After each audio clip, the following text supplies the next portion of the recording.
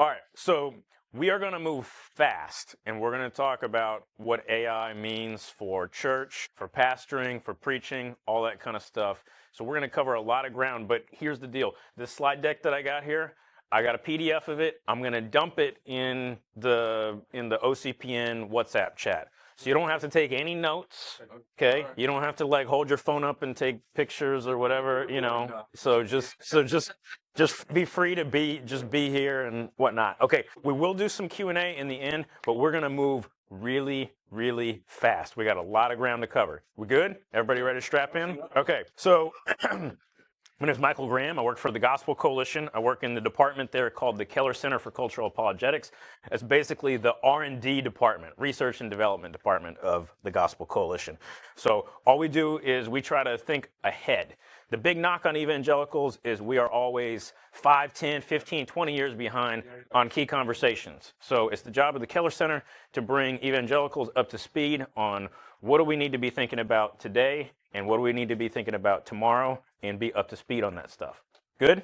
Okay, R&D. All right, AI, preaching, pastoring. Okay, so my background, I worked in tech for 6 years, was CFO of a tech company that wrote software for the DoD, the VA, and the Pentagon. Then here in Orlando, worked at Orlando Grace Church as the executive pastor for a decade, and for the last 4 years I worked at the Keller Center. Okay, 6 things we're going to cover in the presentation. What are LLMs, large language models? What are they good and bad at? How do they handle basic Christianity? What does this mean for pastoring broadly and specifically? And then what happens next in AI? All right, so AI is kind of a complicated thing, okay? There's lots of it's like the Russian nesting dolls of, you got AI, machine learning, deep learning, generative AI, but mostly what we're going to talk about here is these 2 things at the bottom, LLMs and agentic AI. LLM stands for large language models. That's stuff like GPT, Gemini, Claude, okay? All right, how do large language models work, okay? There's going to be parts of this where it's going to be real technical, and there's going to be parts where it's going to be real basic, so, I'm going to hit everybody here, okay? Large language models basically have scraped the entire internet and everything that's non-copyrighted, and what they do is they form semantic webs. They take all those words and they figure out the relationships between those words. Relationships between those words, that's what semantic web means, okay? All right, if we want to go real basic, large language models are just doing words plus statistics, and words make patterns, and then you repeat that a bunch of times, okay? That's how large language models work. So what it is it's massive pattern matching with words or numbers or other artifacts. Same thing, the same technology that's kind of beneath large language models can work with numbers, can work with images, can work with video. All of that falls under the category of generative AI. So these fields have existed for like 60 years, machine learning. It's just what's different today is the amount of computational power is much, much higher. And so now the technology feels a lot more mature and advanced because of how much processing power that we have. Okay, so how a large language model works is basically it's just calculating what is the most probable next word that should come in a sequence based on everything that it's been trained on. So they're input-output machines. You input tons of text into it. It crunches on the relationships between how all those different words, typically are more or less in context with each other, and then it outputs words, okay? And it does that with a lot of computational power. What are the models good at? They're good at things that are left-brained and high consensus. I'm going to explain what that means. So left brain means more like analytical stuff that's, in the realm of efficiency, productivity, stuff that's getting at summarizing, idea generation, technical stuff, as well as, so some subjects that would be, kind of fit that category would be things like accounting, law, medicine, history, mathematics. Some things that LLMs struggle with are things like reasoning, certain factuality, subjective content, controversial subjects, stuff that's a little bit more stylized. These weaknesses are also evolving over time, okay? So if we were looking at these weaknesses 12 months ago, 6 months ago, 3 months ago, and then 3 months from now, we would evaluate all of those things differently, just like a stock chart, there's going to be, ebbs and flows to all that kind of stuff. Subject-wise, models struggle with things that are low consensus subjects where there's a wider range of opinions. You got to remember, these are input-output devices. And so let's say there's a subject that's controversial in nature where there isn't a lot of consensus. the model is not going to have as much confidence in its responses. Sometimes it might not even want a response. So sometimes this is like where, like, for the high consensus and, high, left brain stuff, it was more of like your hard sciences, stuff like coding, where there's hard, fast rules. When we're talking about the humanities, things are more controversial, okay? So in fields like ours, sometimes the models can struggle. Now, there's ways that we can help those models not struggle as much and still use these tools redemptively. It just requires a little bit more work and a little bit more wisdom on our part in terms of how we use those tools. So these are some examples of some of the things. So if we want to think about this graphically, the stuff that's in the green area, that's high consensus and left brain, does pretty good. The stuff that's right-brained, subjective, and low consensus, that's where the models tend to struggle. Okay, second subject. How have these models handled basic Christianity so far? So my mom's 70 years old. She is of slightly below average intelligence, maybe like an IQ of like 90, 95, okay? A regular American. My mom cannot spell prompt engineering. She uses regular Google AI overviews, and Gemini on a daily basis. She does not know the difference between the three. So this benchmark came out of conversations that I had with my mom, because I realized, okay, if my mom is using these technologies in these ways, she's probably a lot closer to most people in culture and society than what I am. And so that was troublesome for me, because here's what you have to understand. We are not ready for this as a species. Humanity is moving from, does somebody have a book on them somewhere? Just anybody who has got, all right. So we're going to say that we're going to call this, this is a book, right? Primary source material, human generated, from a human mind, edited by humans, right? So knowledge has historically, for all of human existence, largely come from human generated primary sources. But within 3, 5, 10 years, most of the knowledge that's going to be acquired on the internet will be through secondary sources as mediated through this new technology. Okay? So in our language, that places basically Silicon Valley as the new high priests of knowledge in the world. Can you see what might go wrong? Okay? So, and humans are reliably lazy. Okay? We know this. And so if there is a faster way for them to acquire knowledge, they will always use the faster way versus the slower way. So we have a problem. And the problem is we need to be seeing how are regular folks like my mom going to be using these technologies, and when regular folks like my mom use these technologies, what kind of outputs are they going to get from them? Here's the Cliff Notes. Right now, it's not great, okay? That's a nice way to put it. So what we did was, in testing, so we created a benchmark to basically test how the top 7 models in the United States and one Chinese model, DeepSeek, did on 7 of the top 10 questions that people have historically Googled about Christianity. And so we already know the questions that people will ask of AI, because we already know the questions that people have asked on Google keywords, okay? And so we just went with the kinds of questions that people have asked historically over the last 2 decades on Google. Okay, so we asked these 7 questions of the top 7 models, okay? It's basically Nicene Creed Christianity, okay? Suffering, Jesus real person, Jesus raised from the dead, Bible reliable, does God exist, who is Jesus, what is the gospel? We didn't think that there would be much variation between the responses that we get from the model, because if you think about it, if LLMs are an animal, they're the same species, they have the same diet, and they largely have the same brain. So why, if you got an animal with the same species, same diet, and same brain, why would you expect the outputs of what you see from those animals to be much different? But they ended up being a lot different. Here's why. All right.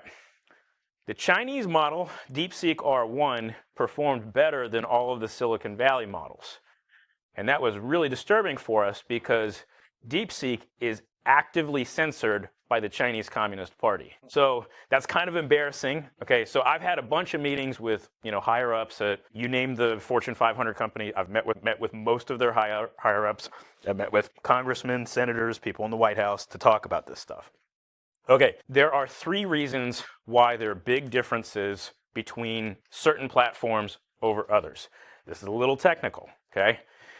Here's the bottom line. There's way more humans involved in your AI than what you understand. Here's what I need to explain for you. All right, you got that white window, right? Or maybe if you're in dark mode, that black window, you type in your prompt, right? You hit enter. There's a lot of stuff that happens behind the scenes before stuff starts showing up on your screen. And remember, there's a big lag time, that's happening there, especially depending on, how much you've put in that box. Okay, so every model has weights, every model has citation preferences, every model has alignment protocols or alignment filters. Let me explain each of those things. Citation preferences are, remember, these are big input-output devices. So lots of sources have been put in. But every time a source is put in, the models themselves say, I trust this source at this level. I trust this source at this level, okay?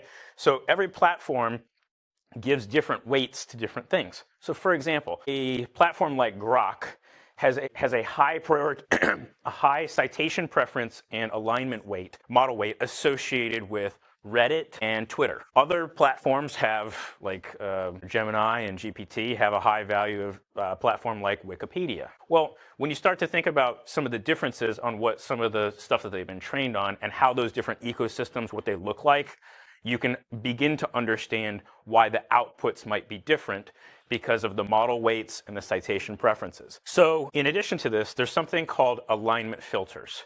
So there's a big problem when you take everything that's on the internet and you put it into, you input that into some kind of, system like this. You can imagine all of the disgusting stuff in the recesses and corners and dregs of the internet. It's all in there. How to rape somebody and get away with it. How to make IEDs. How to make ricin or anthrax to kill your neighbor. How to commit crimes and get away with it. How to commit suicide successfully.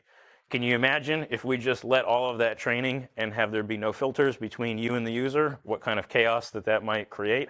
So alignment is necessary.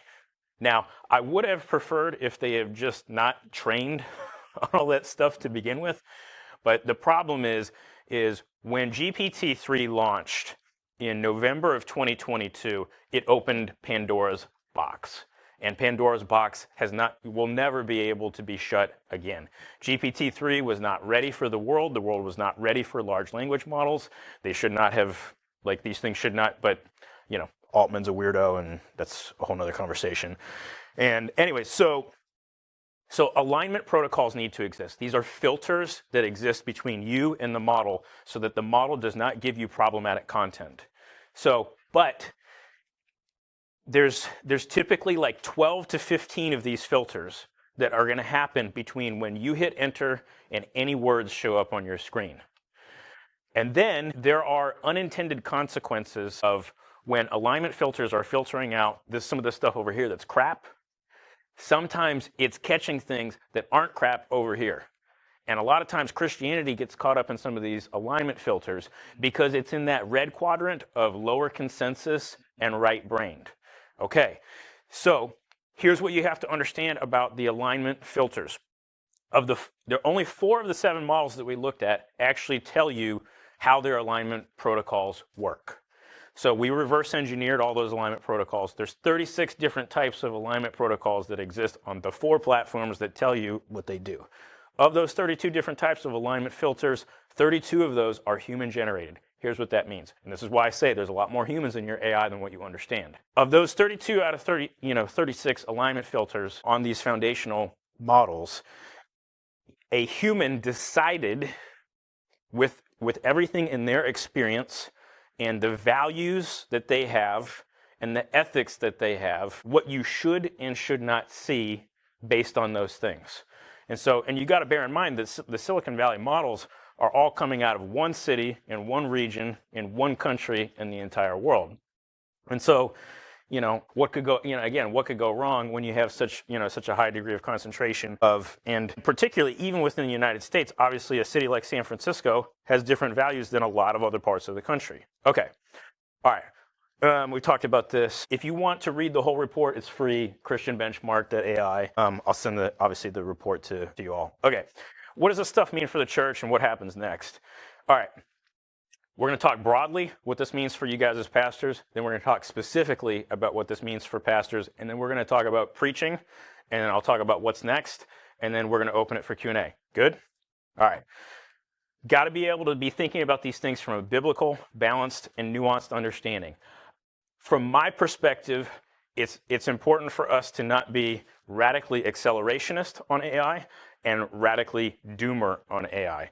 I think there are good reasons to take a nuanced approach that takes the best parts of what we could call common grace out of the technology. And we have to bear in mind, we have the doctrine of the providence of God. This is not a surprise for God, and I do not believe that this technology is some kind of just pathway to demons or anything like that. Now, on the other side, there's all sorts of ethical and problematic things. I have concerns about children ethics, how these platforms handle our faith. I can't go into it, here in the main presentation, but I'm doing a lot of stuff behind the scenes, having a lot of conversations directly with the models themselves about how their models can handle our faith better. And other traditions as well. The technology is good when it's mirroring the communicable attributes of God. It's bad when it's mirroring the incommunicable attributes of God. We don't want AI doing any of the omnis.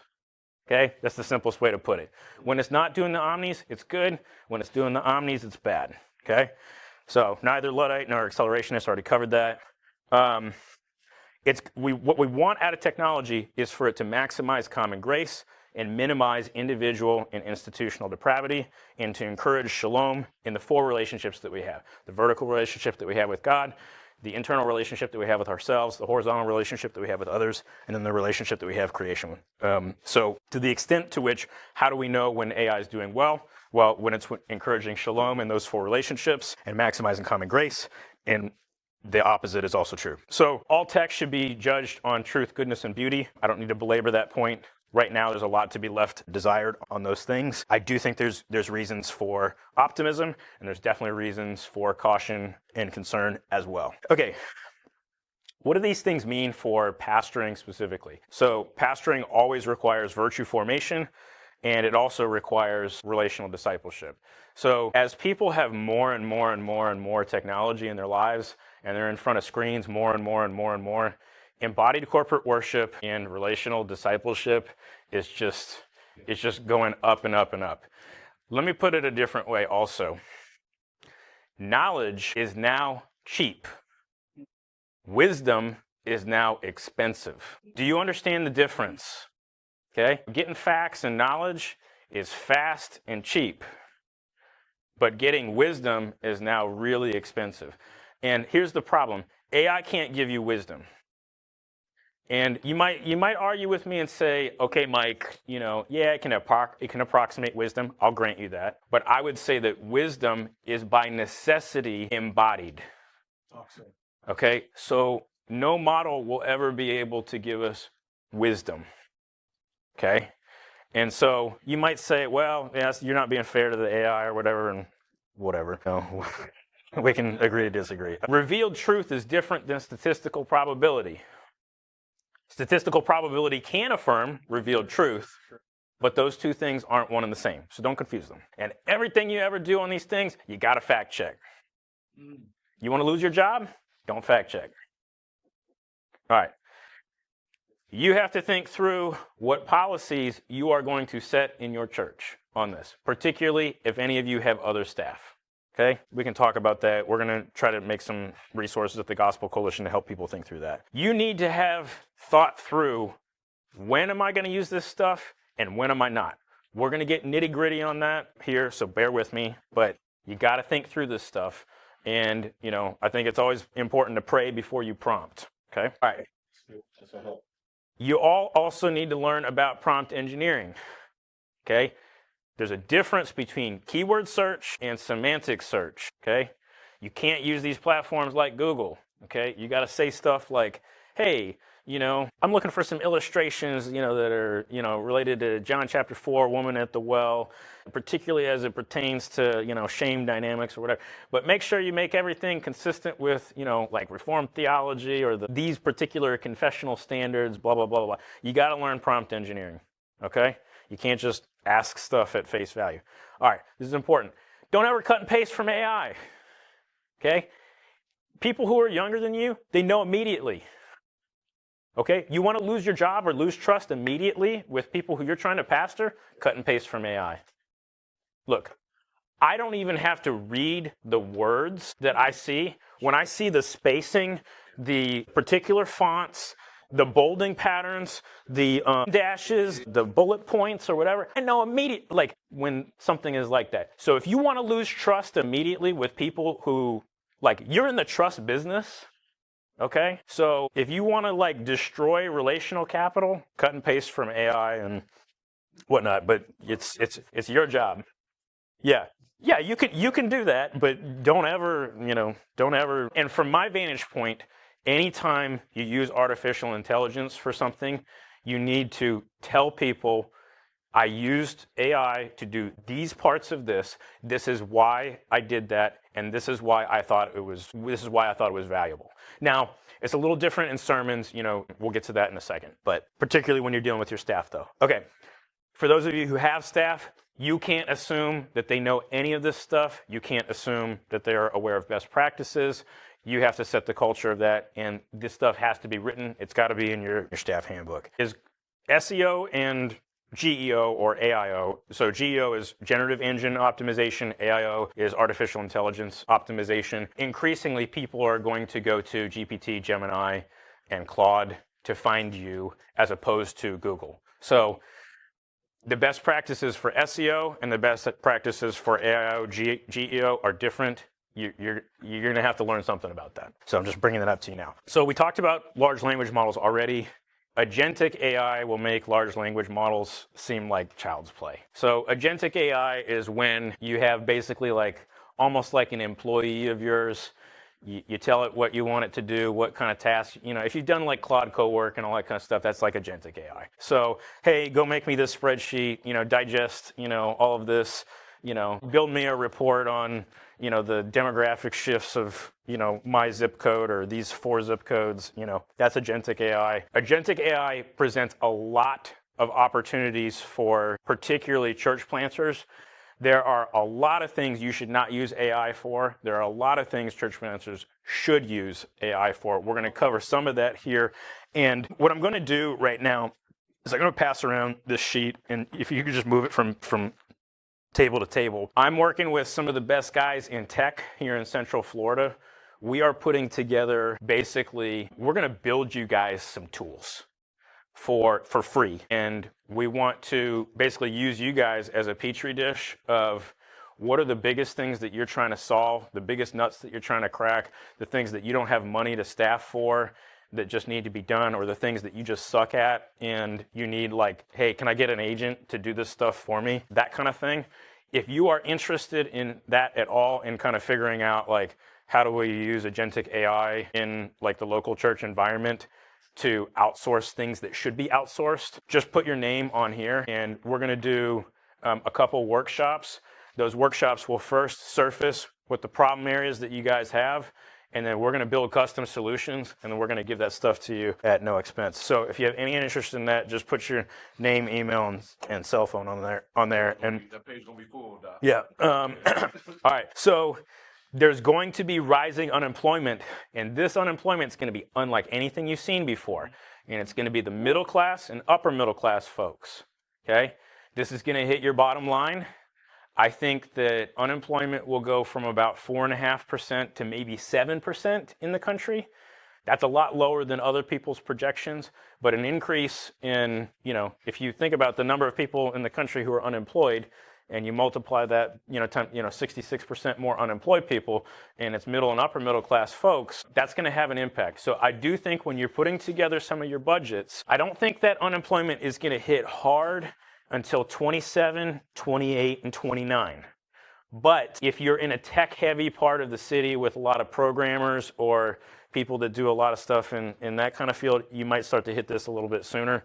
But the agentic AI era is going to cause, because I already know, because you guys are wanting to put your names on there, like you're wanting to put your names on there because I'm going to give you tools that are going to prevent jobs that you would have created. Okay, so this is why I say unemployment's going to rise. Okay, all right.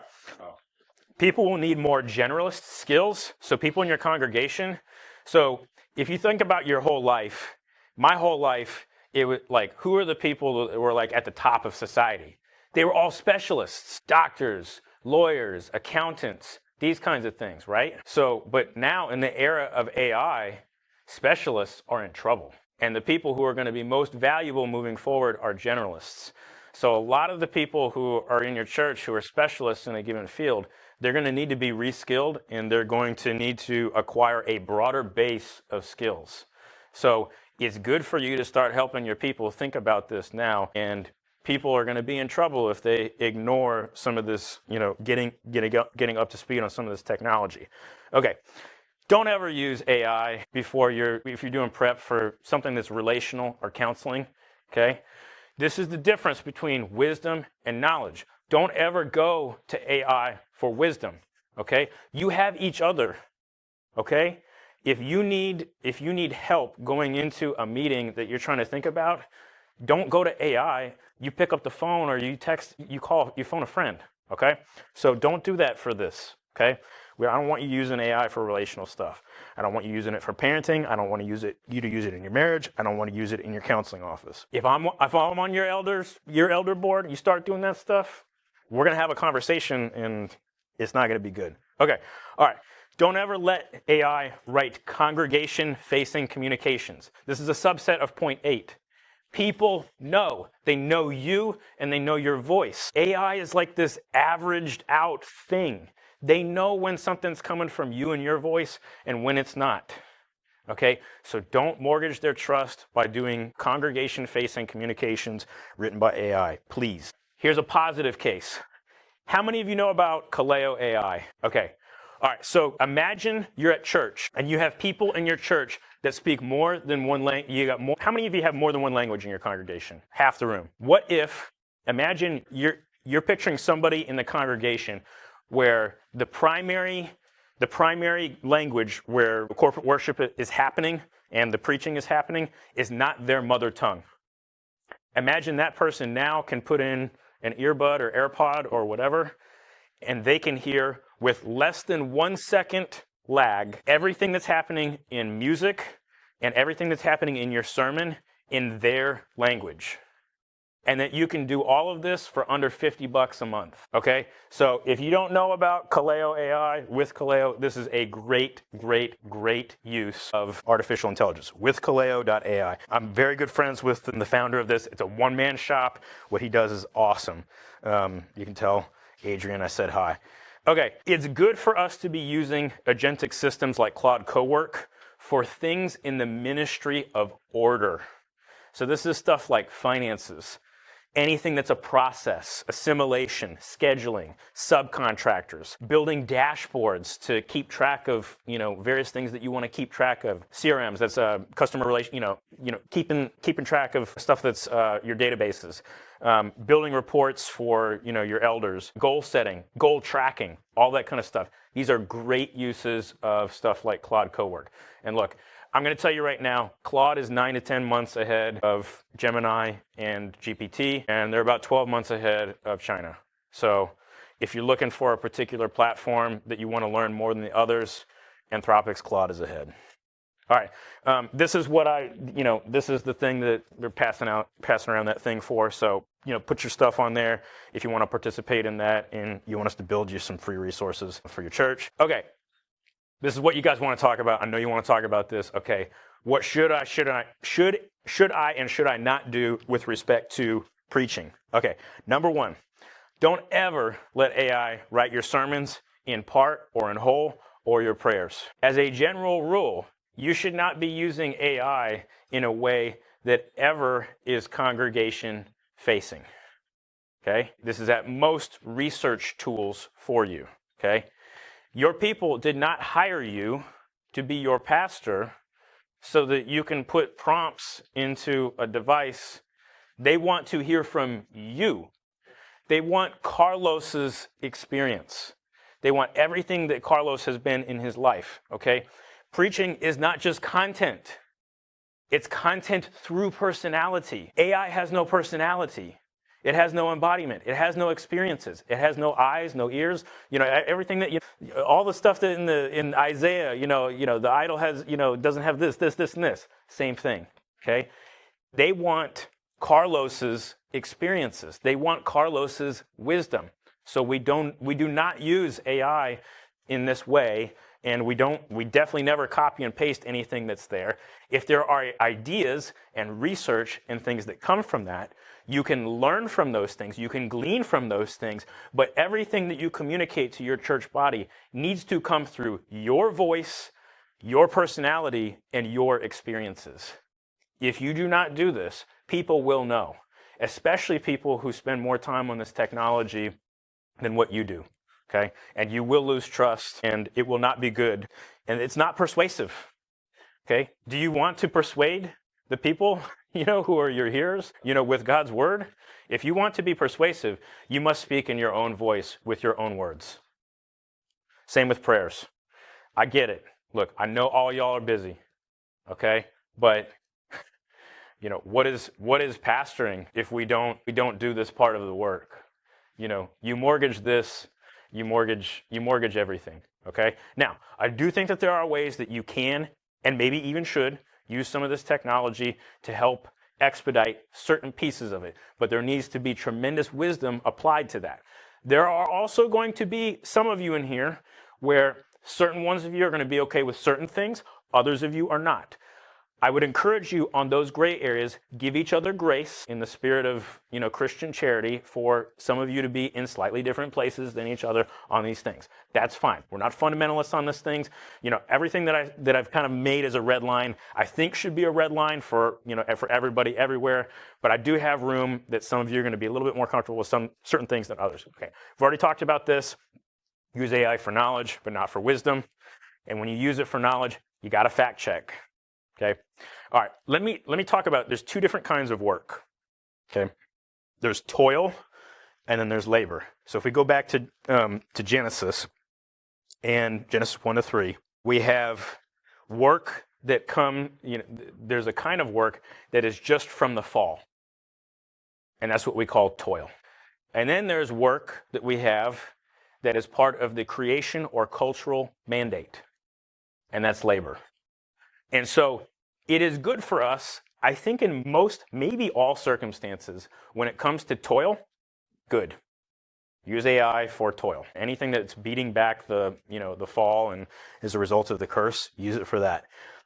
When it comes to labor, we need to be more careful. So one of the easiest filters, so if you just want like a two-step process when you're praying before you prompt, okay, am I looking for knowledge or wisdom? And then am I trying to do toil or labor?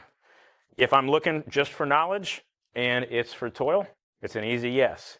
The other ones are going to require more wisdom. Good? Still tracking with me? Okay. All right. I don't know why that's in there twice. Okay. That's what happens when you do a presentation the same morning. Okay. It's okay for you to look at background material. What are some primary sources? What are the best commentaries that I should be looking at? Here's the particular passage. Here's what I'm trying to communicate to the church body. Can you think of some stories, some recent stories or illustrations from either history or current events that might be relevant here? These are some places where you're kind of getting into a little bit gray area territory. You shouldn't, like, let's say there's a story or illustration that, relates to, you fed it the entire sermon, you're done. The only thing you have left is like, man, I've explained and applied this thing, but I'm really struggling for an illustration or a story on this particular point right here. Maybe you feed the platform the entire sermon and are like, hey man, I really need help, figuring out, an illustration for this one spot.